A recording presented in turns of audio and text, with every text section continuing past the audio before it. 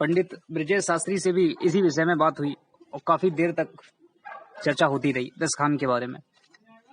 पंडित ब्रजेश शास्त्री जिस बात पर यह जो बात बोल रहे थे, वो बोल रहे थे कि जितना भक्ति काल और सूफी काल में जो मुख्य संत रहे, अल्लड़ मस्त फकीर रहे, जो उनमें रहीमदास जी और कबीरदास जी का नाम या ख्याति ज्यादा है। और रसखान को लोग उतना नहीं जानते या उतना नहीं पढ़ा है जितना इन दोनों प्रमुख कवियों को, संतों को लोगों ने पढ़ा और चाहा, या जितना उनको आज के समय में सम्मान या ख्याति प्राप्त है। तो हमने उनसे यही बात कहा कि देखो, पंडित ब्रजेश शास्त्री जो हैं काफी पढ़े लिखे विद्वानों में से एक हैं और काफी वक्त से अनुयायी भी रहे हैं। तो सीधी बात ये थी कि अगर ब्रज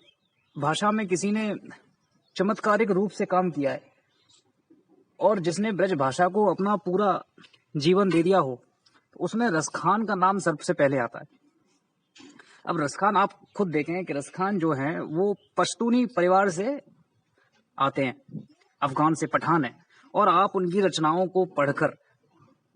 ये बिल्कुल भी नहीं बता सकते कि ये ब्रज भाषा से कटे हुए हैं या ब्रज भाषा इनकी मूल भाषा नहीं है। 15वीं सबसे पहले मैं जो लोग रसखान से जिन्होंने नाम नहीं सुना, और मुझे लगता है कि हिंदी साहित्य को पढ़ने समझने वाला या भक्ति और सूफी परंपरा से संबंध रखने वाला कोई भी व्यक्ति इस नाम से अछूता होगा, ये मैं पहले ही मानता हूं। लेकिन कई छोटे छोटे बच्चे भी यहाँ बैठे हैं कम उम्र के, और जो अंग्रेजी माध्यम से पढ़े हुए, तो उनके लिए मैं बताना चाहता हूं कि रसखान जो हैं उनका एक परिचय दे देता हूं। 16वीं और 15वीं शताब्दी ने भारत में बहुत कुछ बदलाव हुए, बहुत कुछ। ताजमहल का बनना हो या अकबर और शाहजहां का पूरे भारत में अपना साम्राज्य विस्तार करना हो, या फिर गोस्वामी तुलसीदास और रसखान जैसे संतों का आगमन हो, तो 15वीं और 16वीं शताब्दी भारतीय इतिहास में बहुत मुख्य शताब्दी रही है। अब रसखान की बात करते हैं तो रसखान जो हैं वो एक पश्तून थे, सैयद इब्राहिम खान उनका असली नाम था, वास्तविक नाम था, और मुस्लिम थे। मैं यही कहूंगा कि हिंदू धर्म ही एक ऐसा धर्म है जिसमें इतनी सामर्थ्य है, इतनी क्षमता है कि जब मुस्लिम लोग, जब सल्तनत ही मुसलमानों की थी, मुस्लिम लोग जब यहाँ पे राज कर रहे थे, उस वक्त या उस समय पर हिंदू धर्म, हिंदू दर्शन वो दर्शन है जिसने मुसलमानों को बिना किसी जोर जबरदस्ती के हिंदू धर्म में बदला। अब ये जो सैयद इब्राहिम खान है, देखिए, आपको लगता है कि किसी भी तरह का दबाव बनाया गया होगा इन पर मुसलमानों के ही शासनकाल में कि आप आए और हिंदू बने? बिल्कुल नहीं, सवाल ही नहीं उठता। ये अपने आप ही हिंदू दर्शन को समझकर खुद ब खुद हिंदू धर्म में परिवर्तित हो गए, या हिंदू धर्म में नहीं। देखिए, धर्म परिवर्तन के तो निशान नहीं मिलते, लेकिन इन्होंने अपना सारा जीवन कृष्ण के नाम कर दिया, श्री कृष्ण को दे दिया। इनकी भक्ति और मीरा की भक्ति में कोई भी अंतर या ऊंच नीच देखने को नहीं मिलती। आप इनके दर्शन को पढ़कर, इनकी सवैयों को, चौपाइयों को, दोहों को पढ़कर ये पता नहीं कर सकते कि ये एक मुसलमान कवि या संत है जो श्री कृष्ण के बारे में लिख रहा है। तो सैयद इब्राहिम खान के,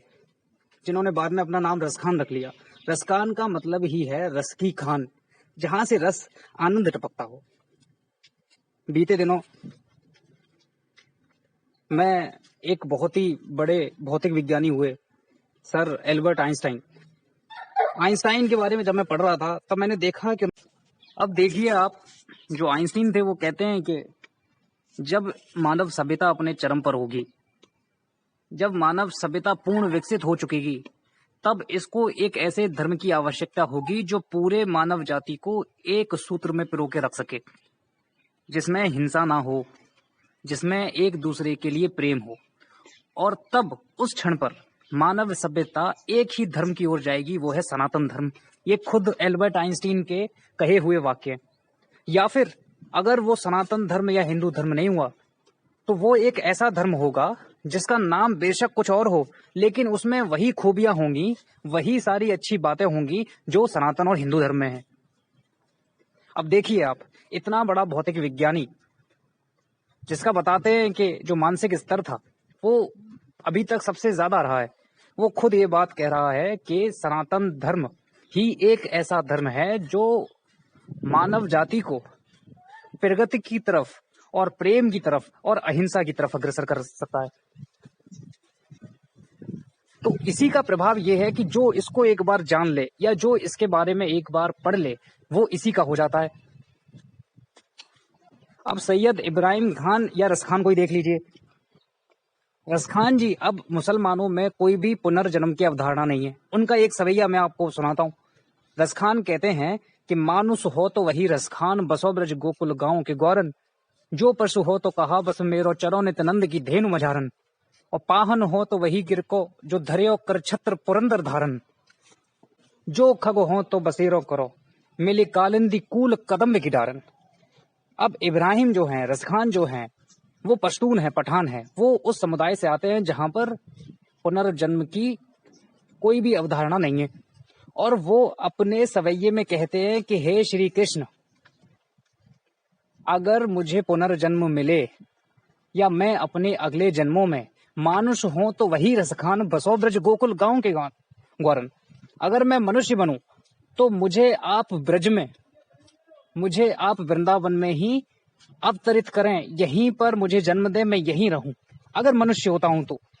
ब्रज में, यहाँ के जो गोकुल हैं, जो गोकुल और ब्रज में जो ग्वार बाल हैं, जितने भी ग्वाले हैं, उनके साथ